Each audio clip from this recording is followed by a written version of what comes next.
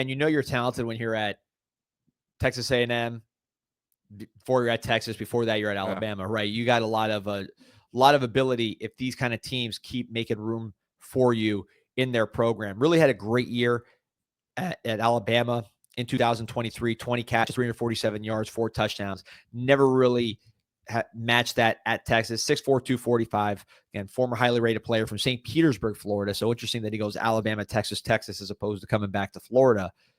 But this year at Texas, only 5 catches, 33 yards. Gunnar Helm sucked up a lot of oxygen in that tight end room. He's a great player, an NFL talent all day. So what surprised me was that he didn't just stick around and say, all right, well, Gunnar Helm's going to the NFL. I'm going to take over. But he decided to go to Texas A&M, which had a ton of turnover themselves in the tight end room. Donovan Green, who we've profiled on a past show, very, very talented player, moves on to LSU. Jaden Platt goes to Arkansas. You also have Trey Watson, who is the leading receiver from the tight end position, moving on. But what's coming in?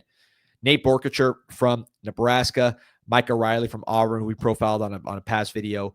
These guys are 250-plus pound, I won't say blocking tight ends, but when you look at the profile for both of these guys, you're saying body type, size, and ability to block. I think Niblack, much more of a pass catcher, much more of an athlete. And you can see both of these guys, or all three of these guys, having a role.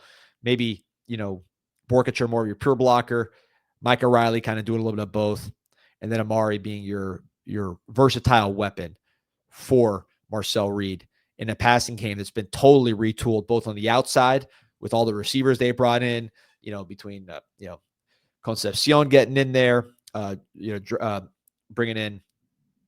We'll see what happens with Hudson, the Texas Tech transfer. Obviously, they brought in tremendous talent from Mississippi State as well. So there's a room that's been Mario Craver, young player, really talented guy. So they have brought in a lot of youth and athleticism at this position of wide receiver. Now the tight end room gets a little bit of a makeover, and I think this is about bringing more of a receiving counterpoint to the more physical guys that you've brought in earlier in the portal cycle.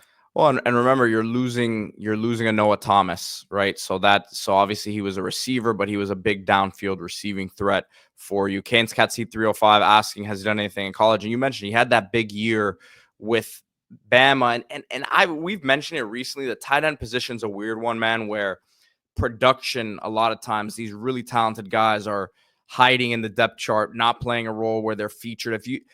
It's very rare that you find an offense that is featuring multiple tight ends in the passing game, right? Not to say a second one can't be involved in the passing game, but you're looking at a situation here where he had that huge season in 23 with Bama, and we say huge season, it was 20 receptions, but 16.4 yards a carry, so a catch. So big playability downfield, 4 touchdowns.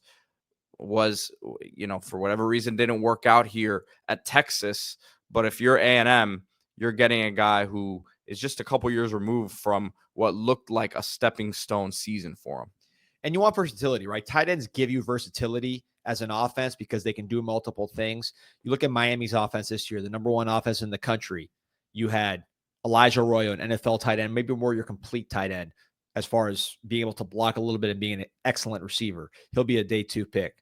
Then you have they had Cam McCormick, more of your big 250-plus blocking tight end. Riley Williams, another guy who was used more as a 250-plus blocking tight end. And Elijah Lofton sort of as your nickelback, not that much different than what we're talking about here with Amari. So that offense, which put up more points than anybody in the country, used different types of tight ends for different situations. And I think you'll see something similar with Texas A&M with the revamped receiving room, where they bring back at the running back position, get Ruben Owens healthy, and then of course the quarterback. Very interesting room. See how it unfolds, because Texas A&M has not been passive in the transfer portal. They've gone hard at multiple spots. And Canes Cat C305 asking if we think he's better than Riley Williams. I think they're a bit different. Niblack's has some more explosiveness, maybe a little bit more twitchiness to him. Riley Williams is a big tight end, man, and he's shown he can block. I think he has a lot more he can show as a receiver that he'll be able to show at Oregon State. Yep.